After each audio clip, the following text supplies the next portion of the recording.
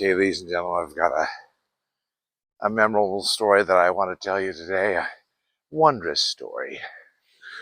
Um, it's about the Holy War in 1980 in Salt Lake City, Utah. Or at least so I thought. I had this memory in my head for, let's see, 1980. Okay, so it's been 45 years I've had this memory. And I thought it was correct. And then my son-in-law challenged me on it yesterday, and we found out with the help of ChatGPT that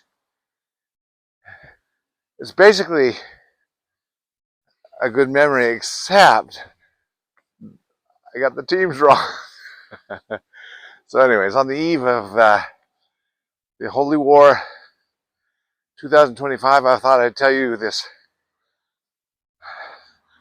45-year-old story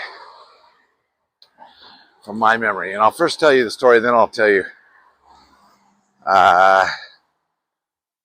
who it was. But in 1980, and I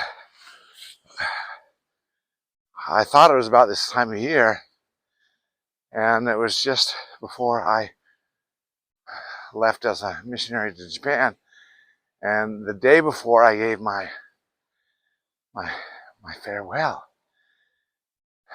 talk at church. And I was very recently a University of Utah student, previous to this, and I think I attended a quarter or two. And I must have gotten invited to this game. I thought it was the Holy War, but I found some vintage footage from back in 1980, not the exact game, but some vintage footage, and it kind of validated part of my memory. But back in the day, I think at BYU and Utah, every time there was a score, every time our team would score a touchdown, a cannon would shoot off, okay? And anyways, so there he was, a young man sitting in the stands, probably halfway up around the 50 or 40-yard line. And all of a sudden, Utah scores in this game. And I'd yet to hear this cannon in that stadium. I think. Oh yeah, because the other team, even if the other team scored, they wouldn't shoot out the cannon. I think only if the home team scored. So, there I was in the stands, drinking this ice cold, large Coke, and large Coke, okay. And then we scored a touchdown, and boom! And it scared me so much that my immediate reaction, I'll only do it with one hand because I've got it here. And imagine I have this big Coke in my hand, is oh, to cover my ears. And that large Coke went right in the face of the guy behind me. And he was built like Arnold Schwarzenegger. And luckily, I think he was a little bit tipsy because I think they'd been drinking all night. I don't know if he was a fan of their team or not, but luckily he was a good-natured guy. And I said, oh, I'm so sorry. I'm so sorry. And this Coke was running down his face. And he was laughing, thankfully. I'm so sorry. But anyways, the next day at my farewell, I was talking about this, and I told the story. I said, first of all, I'm thankful to be here. I'm lucky to be here. This guy could have probably broke me in two with his own hands.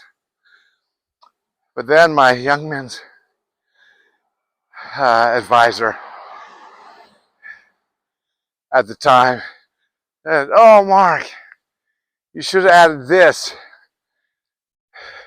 Saying that kind of a slam on Utah, I guess. It was so infrequent that they scored. It was, you'd never hear that cannon. And then when it goes off all of a sudden, pow! Of course you're going to go for your ears. But lo and behold. Anyways,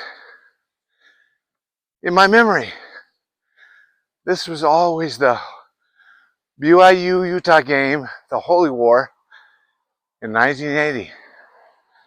Well, it turns out it wasn't.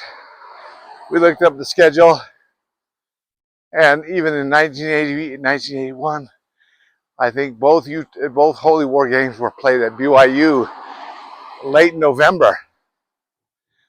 So this, got out my journal. I was looking at the dates. My mission started on October 16th, which means and that was the Thursday. So that next Saturday would have been the 18th. So it had to be at least a week before that. But I'm thinking, now I looked at the schedule. The first and only home game, I think, in October. There was none in October. It was September 11th. First game of the season. They were playing Boise State. And Jim McMahon was the quarterback. And oh my heavens. And they lost. I think that was their first and only loss for those first couple of months, I think. All the other games were much more high scoring. But in this game, I looked at the score. University of Utah 7. The other team, I think 46, 40 something. So it makes sense that there was only one score in that game.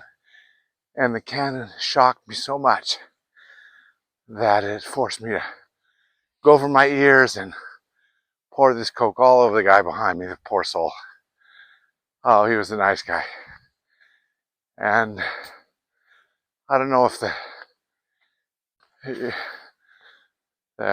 fact that he was partially tipsy helped or hurt my situation, but he was so good-spirited. And I was so thankful that I survived that. Oh my heavens. Today, a guy probably would just hauled off and punched me and leveled me right there on the bleachers. But anyways, that's my wondrous story. And I am going to leave that with you. Anyways, this is the second time I've told the story.